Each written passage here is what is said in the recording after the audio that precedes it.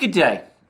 My previous video, the video I did yesterday, did not contain my traditional update on the situation on the battlefronts. And the reason for that was actually that there was an extreme scarcity of information.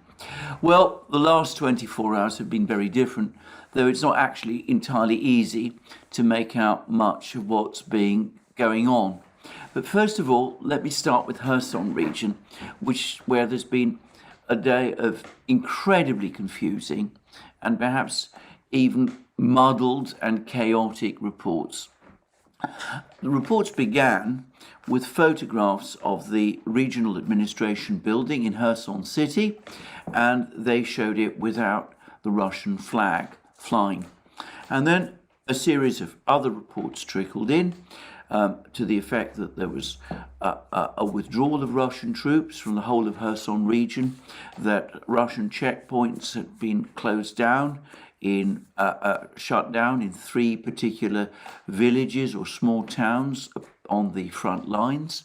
And then there were reports that Kirill Stromusov, the deputy head of the Kherson regional administration, had actually confirmed on the Soloviev live TV show that Russian troops were in the process of being redeployed from the west bank of the Dnieper River to the east bank.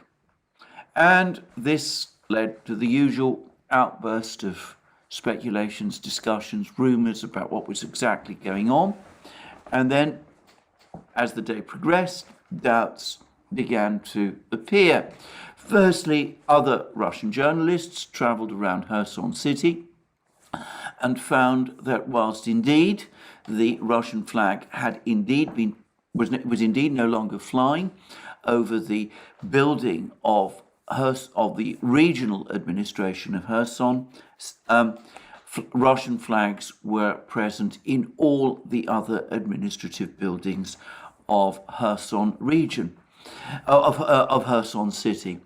Then we got another account of what Stromusov said on Soloviev Live, and it somewhat contradicted the excerpt of his previous words about Russian troops probably being withdrawn to the east bank of the Dnieper River.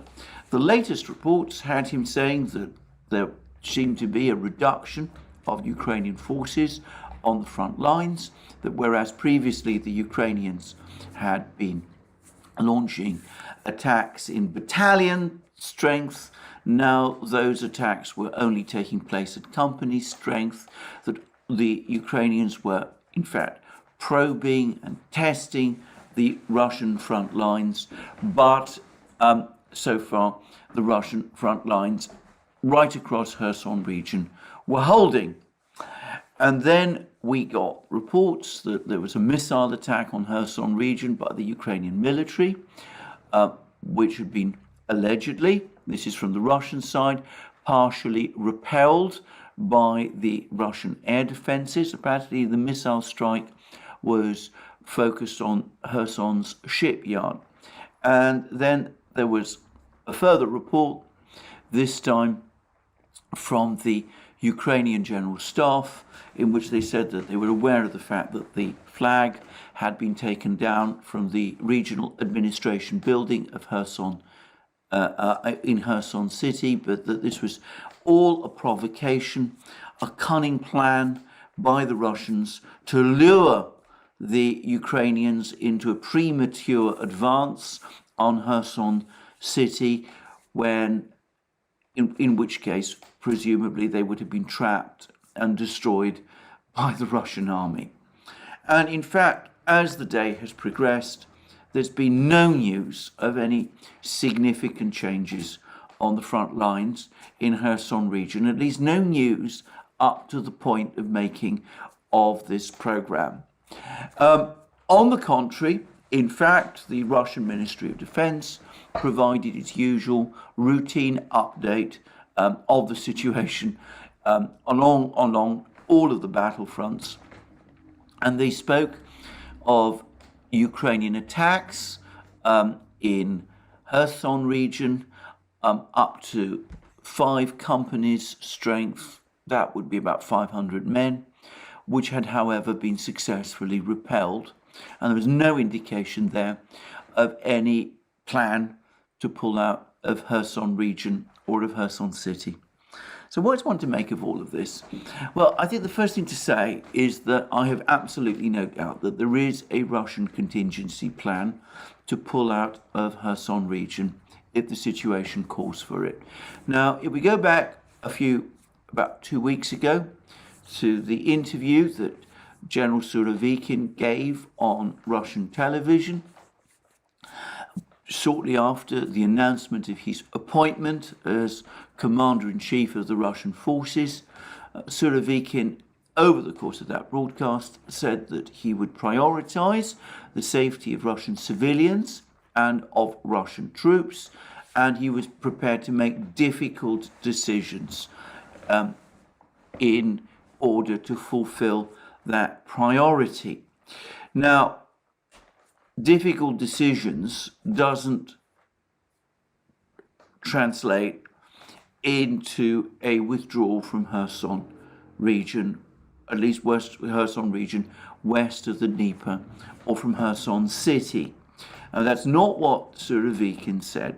And several people have written to me and pointed out that, difficult decisions, all decisions in war that a commander-in-chief has to make are difficult, and that defending Kherson city is also a difficult decision, which of course is true. But I would have expected that if there was no intention or no plan to evacuate Kherson city, no plan at all, and if the Russians had made a decision to defend Kherson city, Surovikin would have probably said something along those lines. He would have said something like, there is no intention to evacuate from Kherson city. The fact that he said that he was prepared to leave to make difficult decisions, to me, points clearly to Surovikin keeping his options open, and one of those options is to withdraw from Kherson city if the situation calls for it. And there is something else that's been going on over the last couple of weeks, week or so maybe, which I have to say also seems to be consistent with at least a contingency plan to pull out of Kherson city or Kherson region if the situation requires it. That is less this civilian evacuation, which has been a stop-go affair. Yesterday, by the way, the Kherson Regional Administration announced that the evacuation had been ended. They've said this before, but they said it again, which doesn't seem to be consistent with a general pull-out from Kherson region, if that is indeed the case. But anyway, less than the evacuation of civilians from Kherson region. The thing which to me strongly suggests that there is at least a contingency plan to evacuate from Kherson region is the fact that the Russians have been systematically clearing Kherson city of Russian monuments. The most important of which that I discussed in a video a short time ago was the removal from Kherson, from the church where he was buried, of the remains of Prince Potemkin Tavrichevsky, the Russian commander who liberated this region or conquered this region from the Ottoman Turks in the 18th century, and who is in fact the founder of Kherson city and of Sevastopol and of other cities in this area. But there have been other monuments as well, Russian monuments as well, which have also been removed from Kherson city over the last week or so. Only yesterday, there were reports that a monument to a Soviet general, General Margelov, has also been removed from Kherson city. Now, you can explain this in all sorts of ways. You can say that this is partly to protect these monuments from devastation, from damage as a result of Ukrainian artillery or missile strikes, or in the event of street fighting in the city, which is possible. Or perhaps it could be to protect some of these monuments in the event that there is flooding of Kherson city, either because the Novaya Kharkovka dam is breached, or because of some other reason of the sort that I was discussing in my programs yesterday. But the fact is that the most plausible explanation for the removal of these monuments is in order to protect them in the event that the Ukrainians were ever to return to the city. I mean, I have to say that I'm going to get pushback from some people about this, but this seems to me the most simple explanation, and I've no doubt the true one. So, as I said, I've no doubt at all that there is a contingency plan, at the very least, to pull back from Kherson region and from Kherson city, to transport all the Russian military across the Dnieper to the East Bank if the situation calls for it.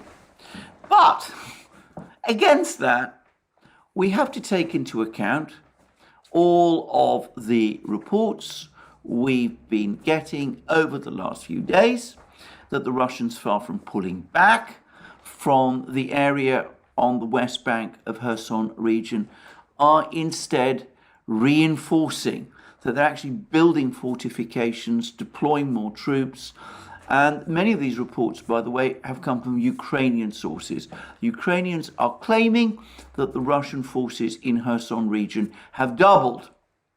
Now, that could be, of course, some cunning deception by the Russians to deter the Ukrainians from an attack on Kherson and Kherson city and Kherson region, even whilst they are simultaneously withdrawing from the region and from the city.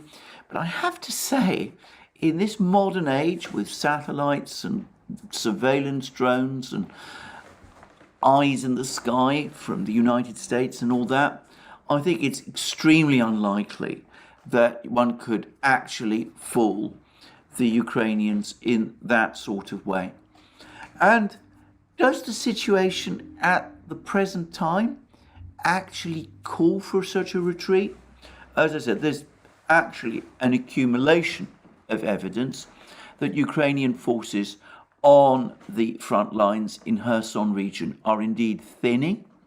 The weather now, the autumn weather, is indeed bad, and it is indisputably the case that the ground has become much softer and has become much more boggy. The Ukrainians have achieved no advances in Kherson region for several weeks now. All of their attacks have been repelled, and it is indeed the case, as Stremusov said on Soloviev Live, that the intensity of these Ukrainian attacks appear to be thinning. So, for what it's worth, I don't think that there is an intention at the moment by the Russians to pull back from Kherson region. Now, what about this theory that this is all some kind of cunning plan to lure the Ukrainians into some kind of epic battle, a kind of second Stalingrad, and to deal a crushing defeat on them in that way? Well, I have to say I don't believe that either.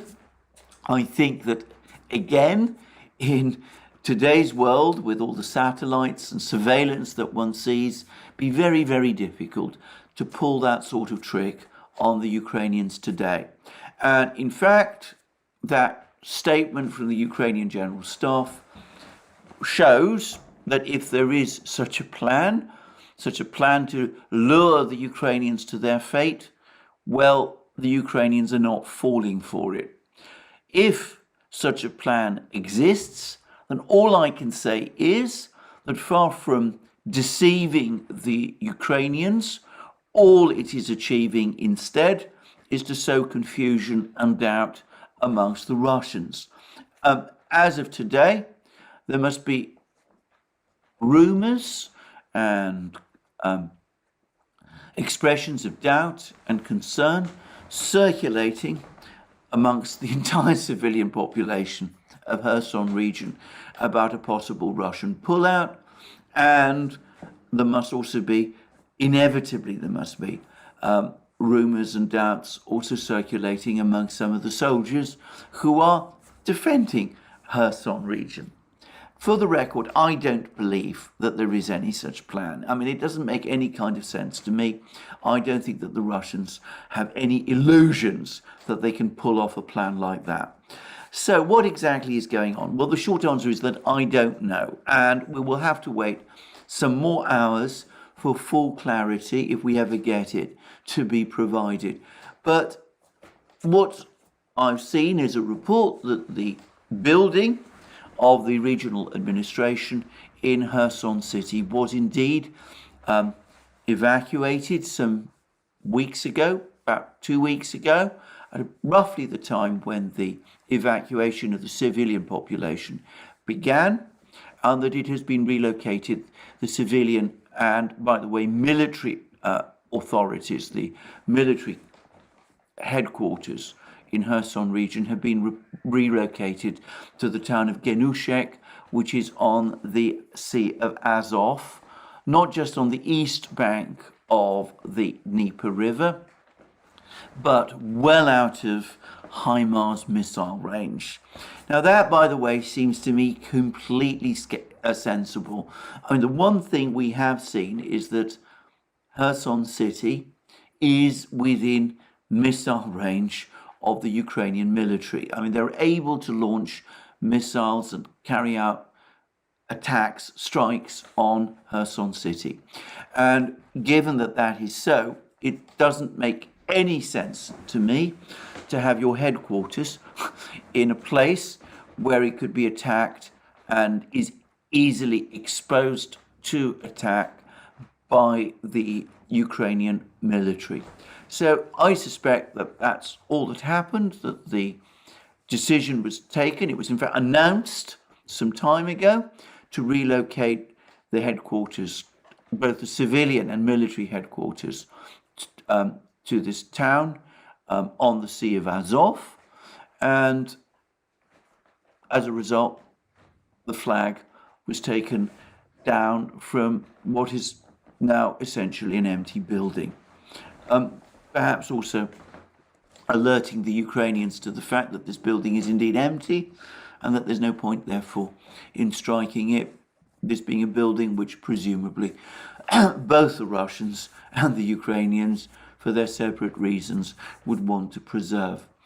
Now, because this has not been explained, because as of the time of making of this program, there has been no satisfactory or clear explanation of any kind from the Russian authorities about what they're doing.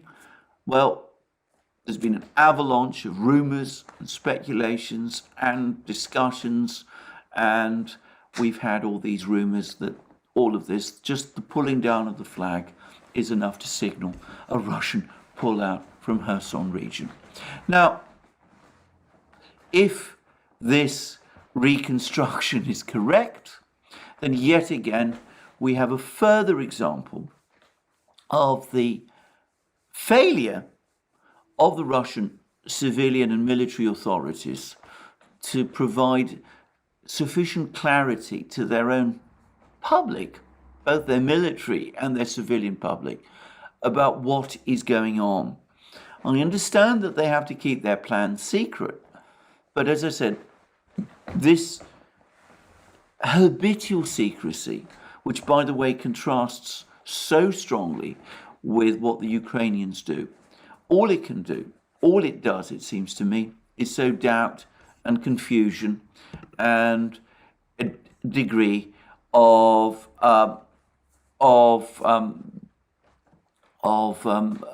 shall we say, demoralization.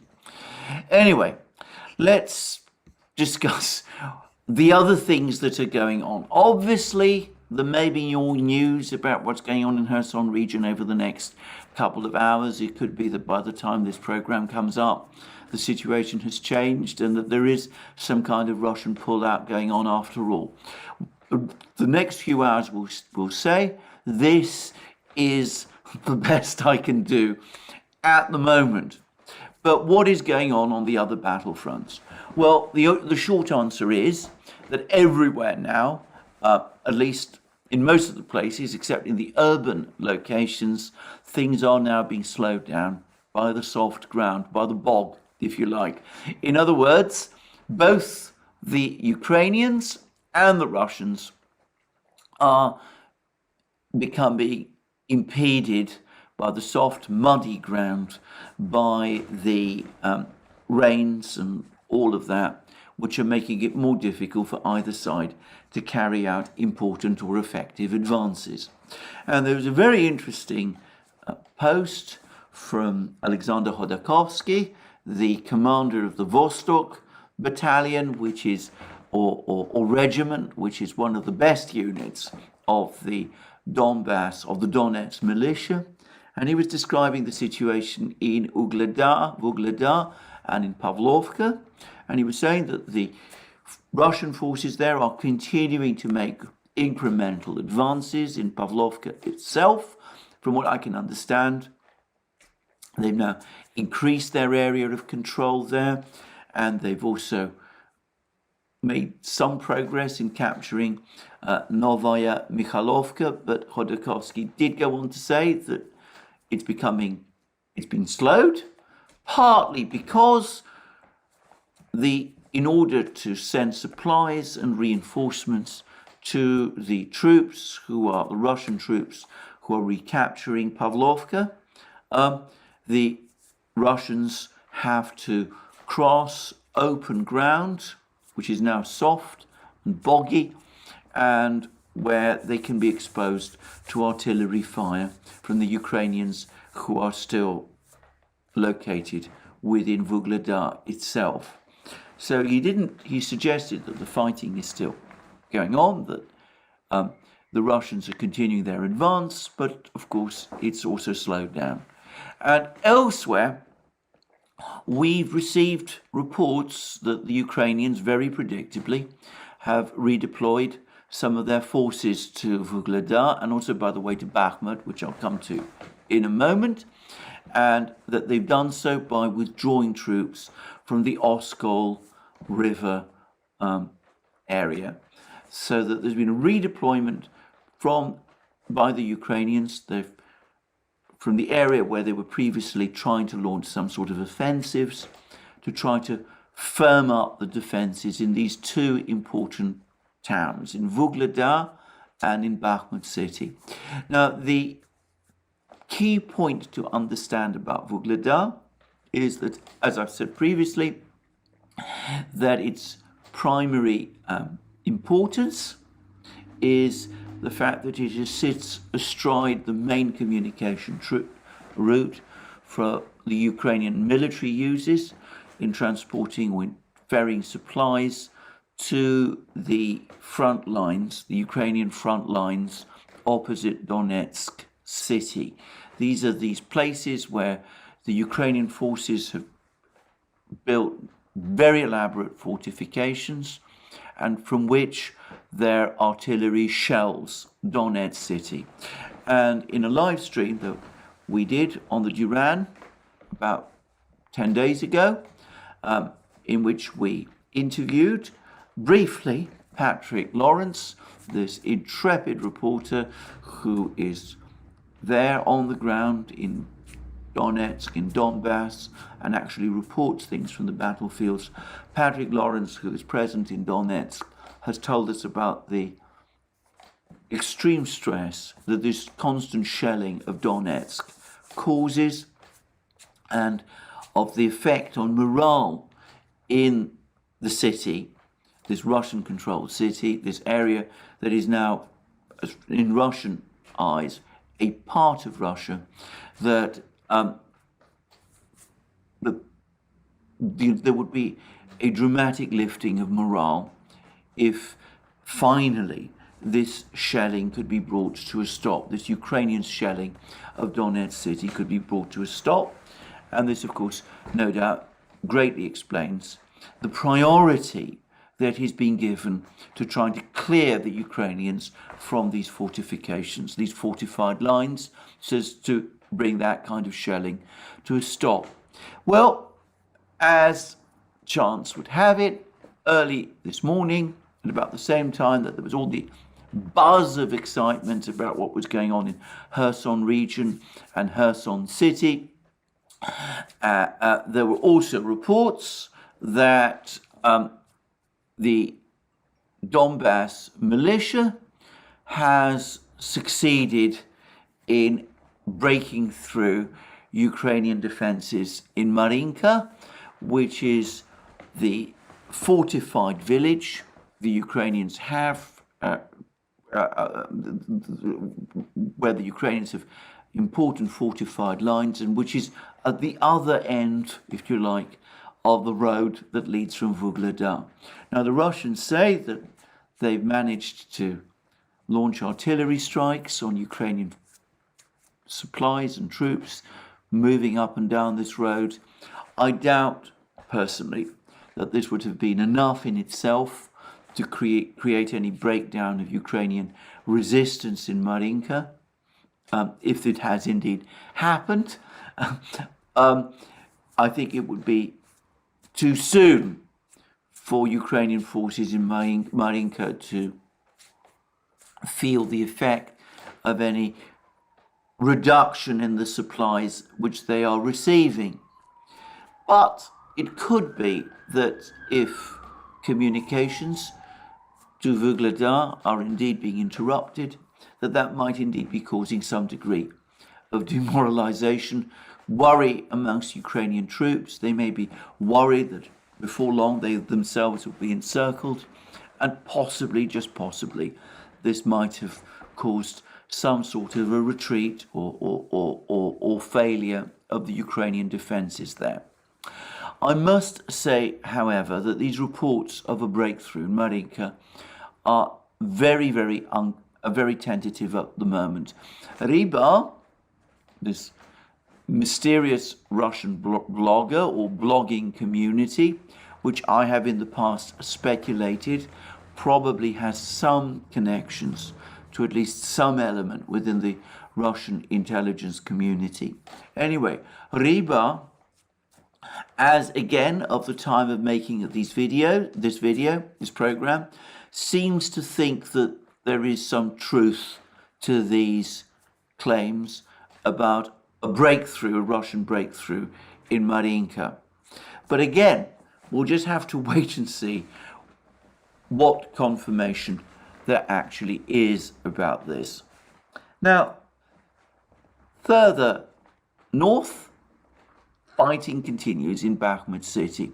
And this is in some ways the most difficult battle to decipher of all, because I'm getting increasingly the impression that along with the steady incremental Russian advances in the suburbs and the factory regions around Bakhmut city, that there has indeed been for some time quite a lot of fighting going on within the residential areas. And there was even a report a short while ago, which I think I mentioned in a previous video, that the Ukrainian forces had been pushed back to the northwest area of Bakhmut city. So one gets the impression that there's a very heavy battle going on there, a very intense fight going on for Bakhmut city, and that the Ukrainians, what they do is that instead of pulling back from Bakhmut city, whenever the Russians, the Wagner group and the Russian regular troops who support them, whenever they capture some ground, what the Ukrainians do is that they launch counterattacks and that they try to recapture that ground. And so it's a back and forth battle that is going on all the time for Bakhmut city.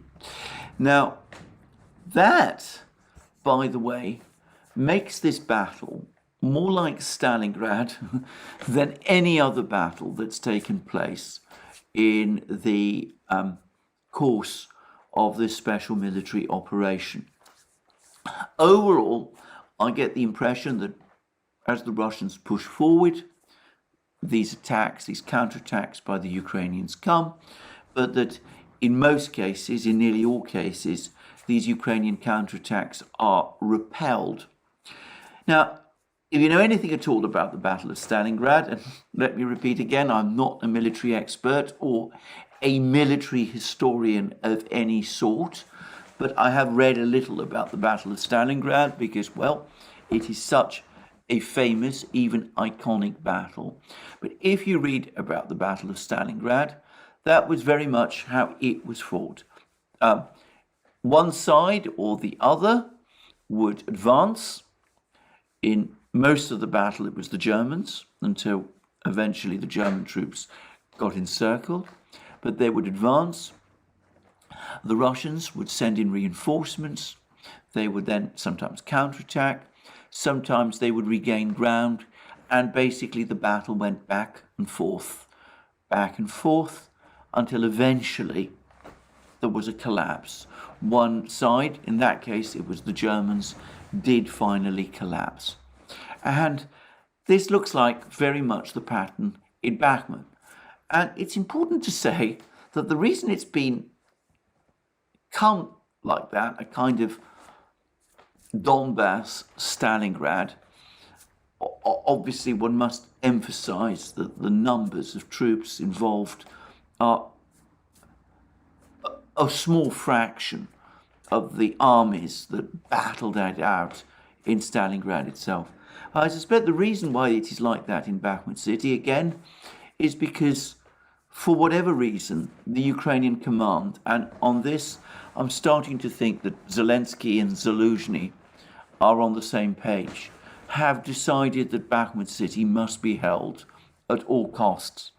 And that, again, reinforces my view that Bakhmut city is indeed the linchpin of Ukrainian defences in Donbass. Otherwise, why commit so many troops to trying to defend Bakhmut city? And I say that because in spite of heroic efforts by people like the Daily Telegraph in Britain to suggest that it's the Russians who are suffering the heavier losses in Bakhmut city, all the information from the front lines suggest, on the contrary, that it is the Ukrainians, that the Ukrainian pattern of trying to hold on in Bakhmut city, to cling on as long as possible, to launch these counterattacks, to try to reverse the situation there, that all of this is leading to the Ukrainians suffering extremely heavy losses in Bakhmut city. So what will probably happen, though I straightforwardly say because of this kind of fighting, it's taking much longer than I think anybody anticipated. Anyway, what will eventually happen, I expect, is that we will see a collapse by one side or the other in Bakhmut city. This is a test of strength and endurance, if you like. All the indications are that it will be eventually a Ukrainian collapse. And I'm going to make a further guess that Bakhmut city is now so important and so much importance has been attached to it that when it happens, probably later over the course of the autumn, or late autumn, early winter, when it happens, we will start to see a general collapse of Ukrainian defences in Donetsk region. I suspect that this has now become a battle of such importance that it overshadows all of the others. Now, I say that, let me repeat again, I'm trying to make sense of reports which are not always very clear. The Russians again follow their usual practice of saying very little about what's going on in Bakhmut city, but that seems to me the pattern of the fighting there. I would add that the pattern of the fighting again also corresponds with the strategy that General Surovikin outlined in that interview he gave on Russian television. He spoke about the Russians not seeking big dramatic changes in any battle, but on the contrary, of grinding down the Ukrainian troops, of letting poorly armed, poorly trained Ukrainian troops go into battle and get heavily defeated, suffer very heavy losses as the Russians gradually advance. And that's been the pattern of the Russian war ever since April, and it seems to be the strategy that Surovikin, with ever more additional resources, is committed to continuing to follow. Anyway, what about the situation further north still? In Kharkiv region, the one region where the Ukrainians made their biggest achieved their biggest success so far in the war, in September, when they launched their attack first on Balaklia, and then after Balaklia they were able to capture Izium and eventually Kupiansk. Now, I've discussed that battle many times. I've said that, in fact, the Ukrainians were able to break through because the Russians had drawn down their forces from this region. And what we've seen since then is that, especially since the Battle of Liman, which the Ukrainians were eventually able to capture after quite a lot of fighting, the Ukrainians have made no progress at all. And in fact, there was another Ukrainian attack on the village of Kremenaya, which is apparently the other place which the Ukrainians want to capture as they plan and advance into northern Lugansk region towards Lysychansk and Severodonetsk, those important cities that they lost back in June and July. Well, they made this other attack again on this village, and it seems that they were beaten back once more with very heavy losses. Now, Brian Beletic at New Atlas, the New Atlas, has discussed this attrition war, in my opinion, with great skill. He's talked about how the Russian tactic throughout has been to conserve troops and equipment, and that, after all, is what General Surovikin himself told us. So he confirmed Brian Beletic's analysis, and by the way, I've seen few people acknowledge that fact. But anyway, and Brian Beletic has also pointed out at the New Atlas, and he's done so in video after video, that contrary to what people imagine, the flow of weapons, the flow of Western weapons for some time now has been dwindling. And it seems that already way back in June, there was a furious row between Biden and Zelensky, in which Zelensky was complaining to Biden that Ukraine was not getting enough of the weapon systems that it needed. And since June, by the way, things have got slowly and progressively worse. Now, by the way, it's increasingly,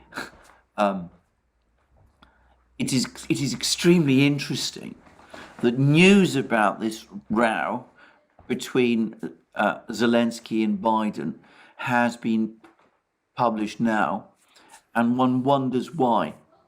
But, I'm going to come to that very briefly in a moment. But anyway, Brian Beletic has been pointing out that with each iteration, the total number of weapon systems that the West has been supplying to Ukraine has gradually dwindled. The one area where it seems to me the West, the United States, ended up supplying a lot more systems than perhaps it initially intended was in terms of HIMARS launchers. And it's clear that as the United States has struggled to provide Ukraine with tube artillery, 155 millimeter guns, deliveries of those have all but stopped. You know, the famous M777 howitzers, which have turned out to be far from being the game changer that many people imagine. Anyway, as supplies of that kind of artillery has dwindled, the United States instead has supplied a very large number of HIMARS launchers, 38 in total, as it turns out, or so it seems. The problem is that, as has also become increasingly clear over the last few weeks, the Russian air defenses have gradually, successfully mastered the art of shooting down HIMARS missiles. So though the Ukrainians still launch quite a lot of missiles on any particular day, an ever diminishing percentage of those actually get through and hit their targets. And this is something, by the way, which I'm sure is concerning Western staffs, but which you don't read about very much in Western media. And by the way, I think that the diminishing effectiveness of the HIMARS system is something which is important in thinking about the general direction of the war. It's something that people might want to consider going forward. It's perhaps one of the big lessons of this war. It is of how enormously effective Russian air defenses are, how they're able even to shoot down artillery shells in mid-flight, apparently, something which I find extraordinary, and how they have successfully managed to deal with the majority of HIMARS missiles, something which I think is going to alter the face of war going forward. It shows that the era of air defense systems, the kind of integrated air defense system that the Russians have created, that has now come, and that the period of undisputed aerial superiority by Western aviation is now gradually fading. Anyway, to press on, Brian Beletic has talked about the fact that the United States, and by the way, something like 80 to 90% of the weapon systems that Ukraine has received from the West are in fact coming from the United States, that the United States is struggling to provide more weapon systems, and gradually Ukraine's forces are being attritioned away. Now, I've discussed previously lots of discussions, lots of reports about Ukrainian combat losses. I've said that the most authoritative up to now, in my opinion, has been something that Sergei Shoigu, the Russian defense minister, said back on the 21st of September. He put Ukrainian losses, both dead and severely wounded, at 110,000. There have been other figures which have been much higher, but those are the figures that Shoigu gave. And I think that we've now received indirect corroboration from the Ukrainians that is roughly the correct number, because Ukraine has ordered another mobilization of 100,000 men.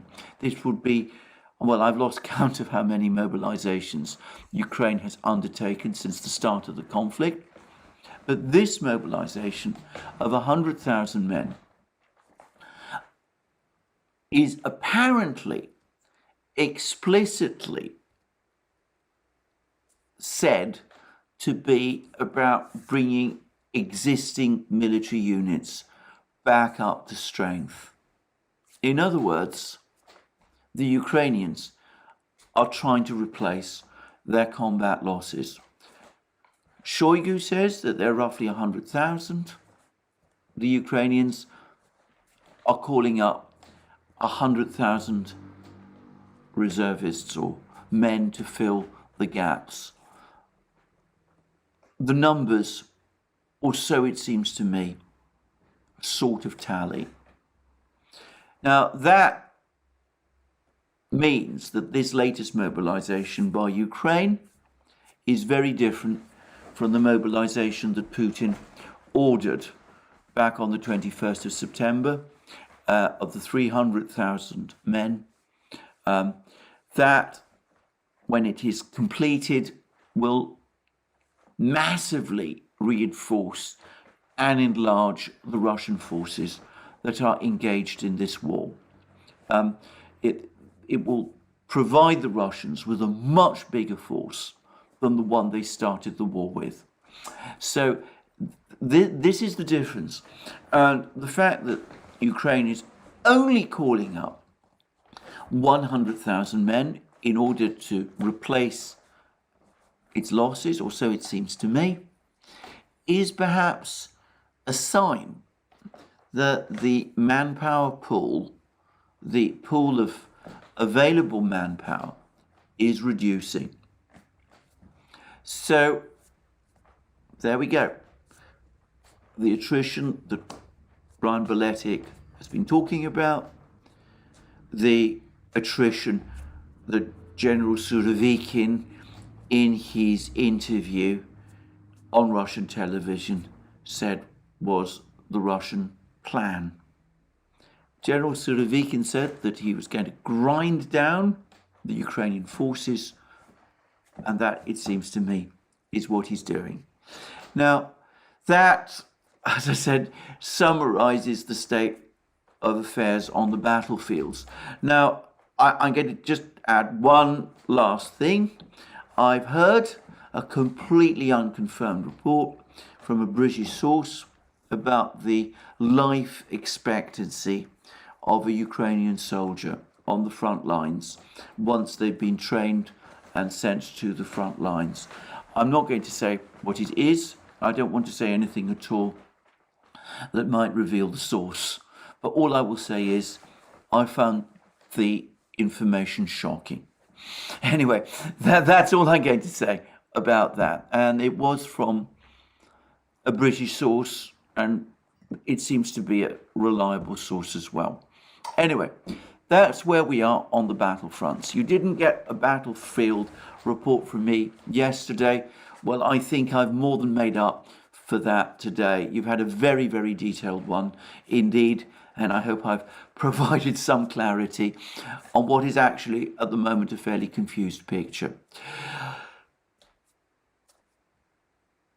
In the dearth of news from the battlefields, with no sign of any great Ukrainian victories, the Western media yesterday seized on what they said was the Russian U-turn on the grain deal. The fact that the Russians had re-entered the grain deal after saying that the grain deal had been cancelled or pulled out. And there was lots of talk about how Erdogan supposedly called Putin's bluff. The story was that Erdogan, the Turks, had announced that Ukrainian ships were going to sail from Odessa and other places filled up with grain, no matter what, and that they would do so under Russian escort, and that it was this announcement by the Turks which forced Putin to back down and to re-enter the grain deal. Now, I have to say straight away that that is contrary to the information I'm getting. My information is that, yes, Erdogan, rather the Turkish authorities, did make that announcement, but that in practice, the actual movement of the ships stopped. They couldn't leave the port because the insurers, Lloyd's Insurance in London, withdrew insurance from the ships because it was not prepared to provide insurance for grain ships which would have gone through a battle zone. I say that because that's the report I was getting from multiple sources, and it seems to be correct. If anybody else knows better, well, again, they're welcome to confirm that. Now, if that is correct, then it cannot be the case that Erdogan called Putin's bluff. It seems far more likely, as I discussed in the program yesterday, that the two men came to an understanding, because that is what they do. They each take strong positions and they maneuver, and eventually they come to some kind of a compromise. And in this particular case, it seems that Erdogan has got these assurances from the Ukrainians. As I've said, those assurances, which are said to be in writing, probably aren't worth the paper they're written on. But probably, and this is perhaps the more important thing, it's come with some kind of admission from the Ukrainians that they did launch this drone attack, this sea and air drone attack on Sevastopol via the humanitarian sea corridor along which these ships are supposed to travel. And probably the Ukrainians did promise that they would never do such a thing again. Putin, by the way, has said since that if the Ukrainians do ever do such a thing again, then the Russians will pull out of this grain agreement once and for all. And I would add, by the way, that the grain agreement is only up to mid-November, and it has to be renewed beyond that. And as of this moment in time, there is no guarantee that it will be. So Erdogan did probably obtain those assurances for Putin. But I think that there is something more. Apparently, Erdogan has promised Putin that more of the food that has been exported from Ukraine will go to the poor countries, not to the European Union. Well, we'll see whether Erdogan honours that promise. I think he's likely to, actually, simply because it's in his interests that it works out like that. And further, and in addition to all of this, apparently Erdogan has also promised Putin that he will now lobby the EU to get insurance cover for the ships that the Russians want to convey the Russian grain and fertilizer, which is at the moment locked up in EU ports because the insurers are refusing to provide insurance cover for the ships which will transport it. Well, we'll see whether that happens and what's going to take place there. But anyway, that's where we are. As I said, Putin and Erdogan will have had many more discussions than just the grain deal. Undoubtedly, they will have talked about the arrangements about the Mir card and the MasterCard and Visa cards issued in Russia. I discussed all of that in yesterday's video. They'll have probably solidified arrangements about the gas hub idea, and they will have talked about other subjects. Syria, for example, lots of other things. I would say that Erdogan's forces in Syria seem to have been busy over the last few weeks rounding up the jihadi groups which once formed Al-Qaeda's franchise in Syria. So, there is a constant dialogue between these two men. It's never easy, and it should never be understood. It can never be explained in a simple way.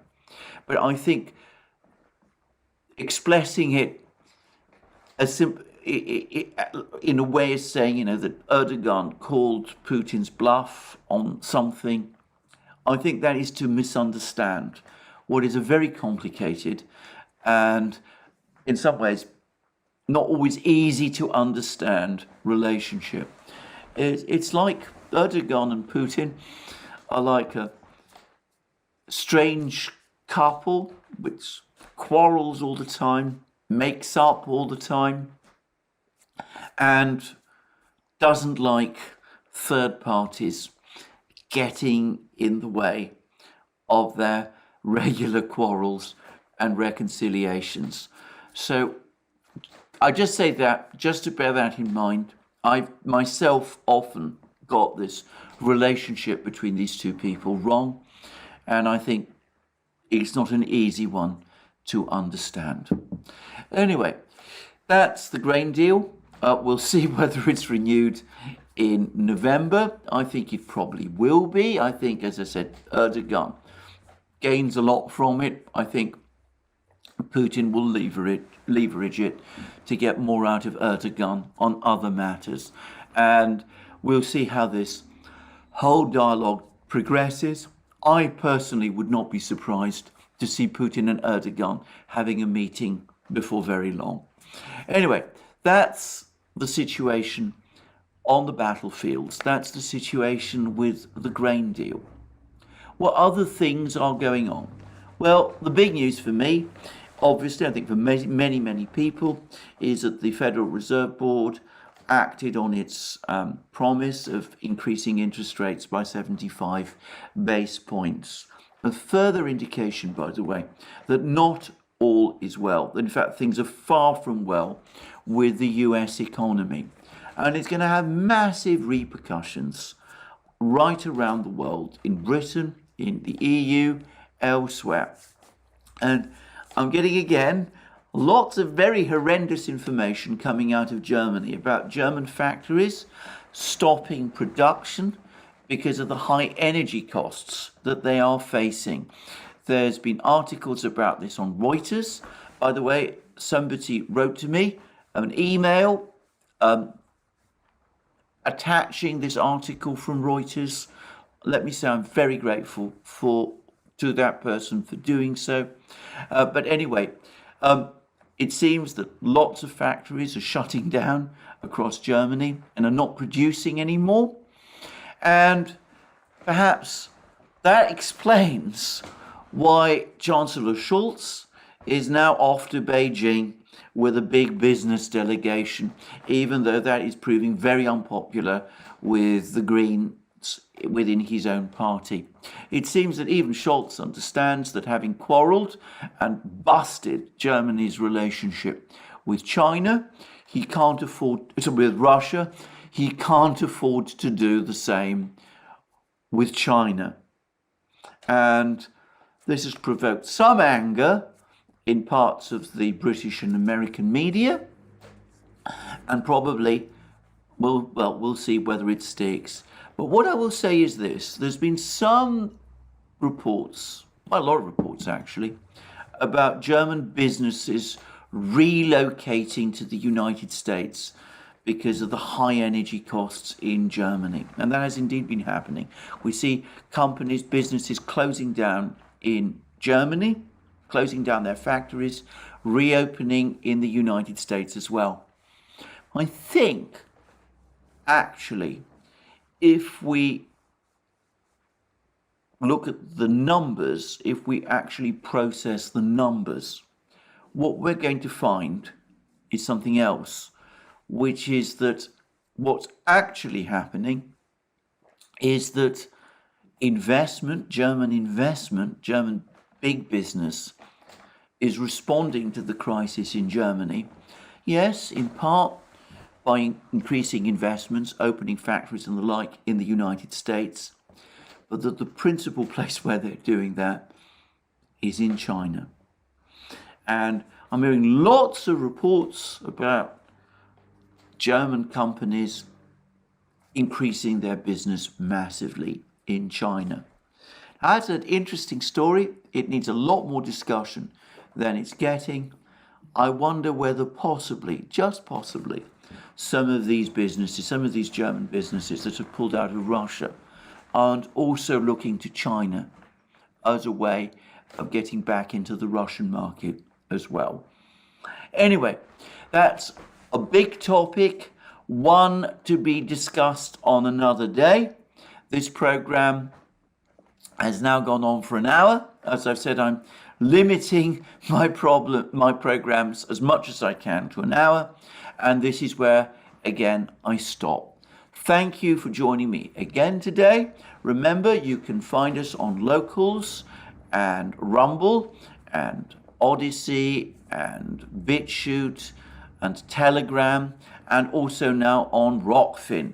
And please also note that in terms of Locals, where perhaps the main part of our community is based, I do live streams every Wednesday at 1400 hours Eastern Standard Time on Wednesday, exclusively on Locals, where you can put questions to me on any topic that you wish. And I had a very fine such live stream on the Wednesday that's just passed. So you can join us on all of those platforms. You can support our work via Patreon and Subscribestar, links under this video. And also you can go to our shop and buy the great things that you will find there, our magic mugs, our hats, our hoodies, our t-shirts, our sweatshirts, and all of the rest. And last but not least, if you've liked this video, please remember to tick the like button and to check your subscription to this channel. Thank you again. By the way, I ought to say that even as I've been doing this video, there's apparently been reports, which I haven't read properly, which appear to refute any suggestion that the Russians are pulling out of Kherson. Now, I'll have to discuss that in my next video because, as I said, this is where I stop. Thank you again for joining me today. More from me soon, and have a very good day.